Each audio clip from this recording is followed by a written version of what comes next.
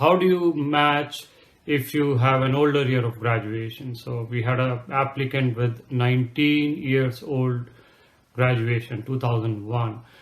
How do you match if you do not have complete application at the time of interviews? So something that may come up in the season as well. So we had applicants who applied without CS on September 15th, or some who applied in October, even without CS. So these are the topics we discussed in. So watch on.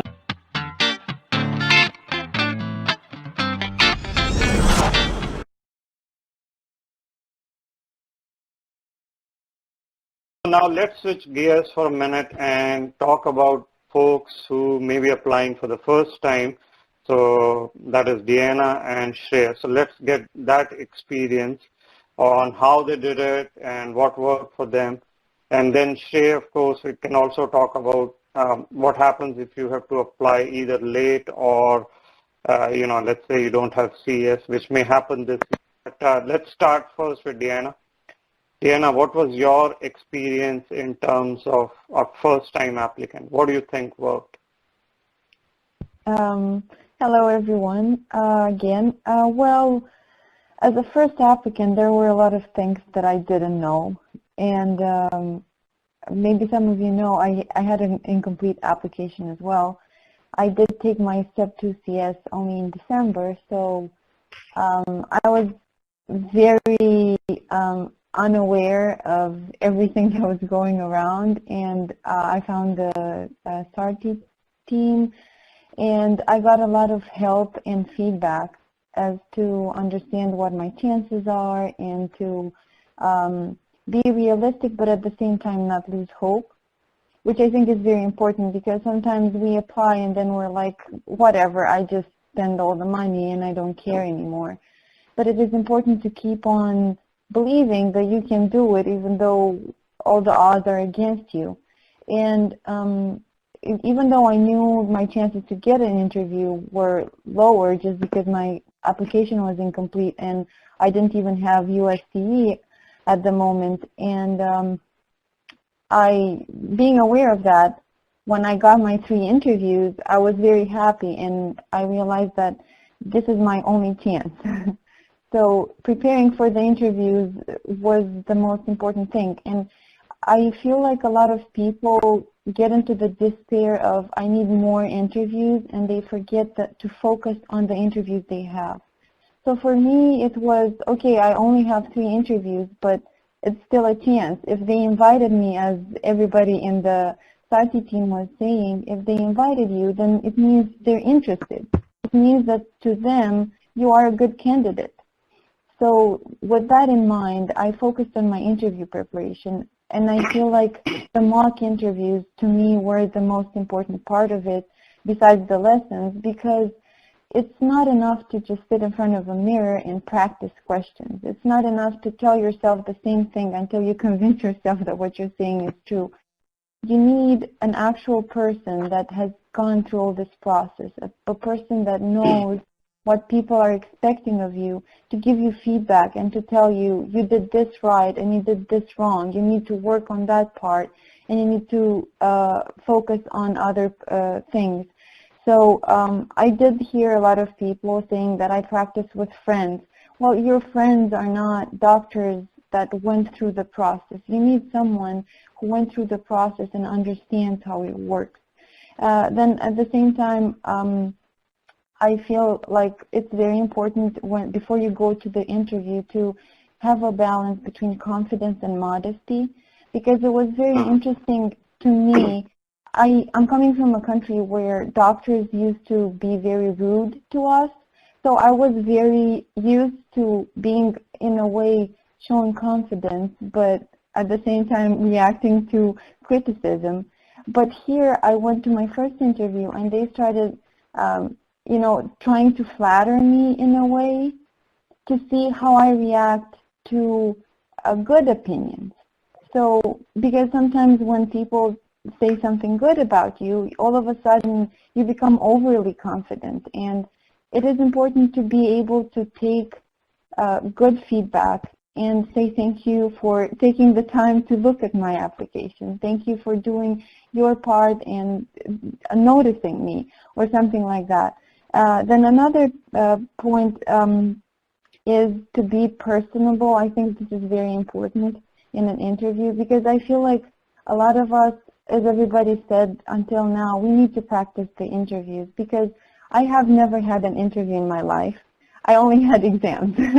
I never had an interview. So it is important to practice. It is important to go through the questions and understand what they want from you. But at the same time, you don't want to go there and be like a computer reciting the answers to the questions.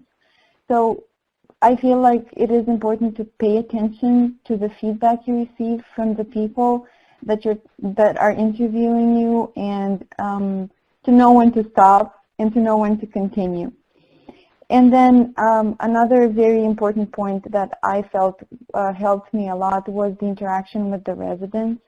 I know the two of my interviews did not have a pre-interview dinner, but the one that did have it, I went there and I talked with everybody, and I feel like I learned a lot about the program, and at the same time I saw that I could actually work with those people. And it is important to understand that they're also residents like we are. And if you communicate with them, there is a lot of things that you can learn from them, and then they can help you in the process.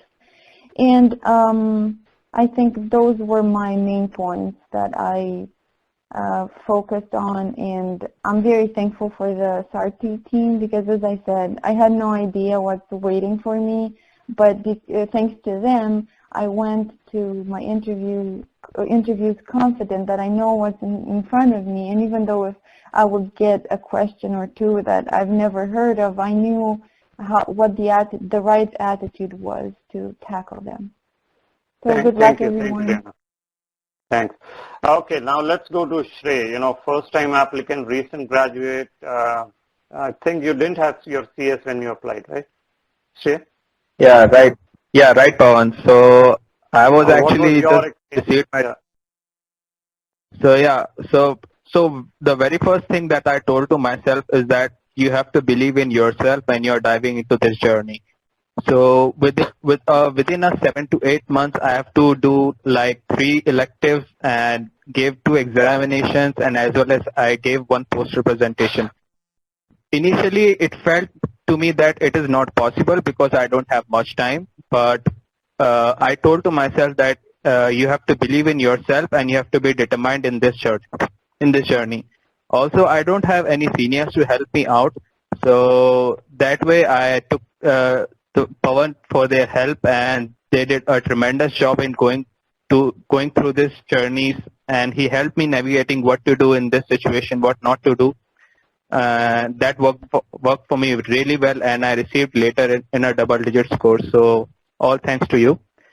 So what I did was when I don't have my CS score, so I immediately emailed or called programs that I will be receiving my results on this and that date in 2 to 3 weeks. So please forward this information to the program directors. And I also received some of the response that we do consider it. So that is a good point. And as soon as I received my scores, so I immediately contacted or called all of the programs that I have applied that I have received my scores, and I have my updates in my profile. I mentioned it in my emails, what updated in my CV. That also helped me a lot. And doing hands-on USC is much more important rather than doing observerships. That I think. So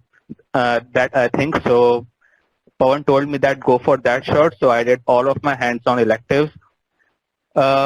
Secondly, I think seeing the current situation right now with the pandemic, people do realize that they are going to give their CS exams later because of the cancellations. So my very first advice to all of them is that you don't need to panic, first of all. Second thing, there are so many IMG friendly states that they require CS results before rank order match list.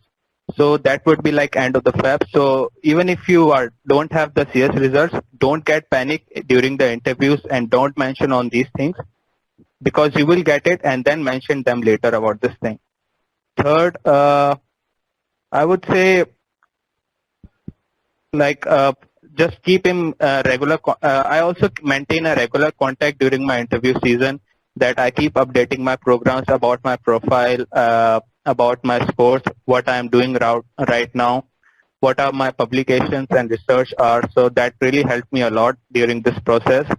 And meanwhile, I'm also preparing for step 3. So that is also an additional boost if you can talk to the program about this. And finally, the most important thing is that you have to believe in yourself, that what I did. And I also, initially I was also hesitated that should I apply before my CS results or should I apply after my CS results. And I've been in contact with some of the people who applied later compared to me who applied earlier because of Pawan's advice.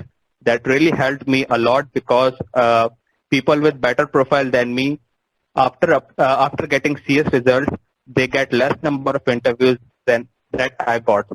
So that also worked for me really pretty well. And yeah, I mean, seeing the current situation, I advise everyone, don't need to panic. Everyone is in the same boat. Everyone is going to have the same situation, and program directors and program coordinators do consider this situation, and they will consider it if you don't have CS results. So just go with the process and trust yourself.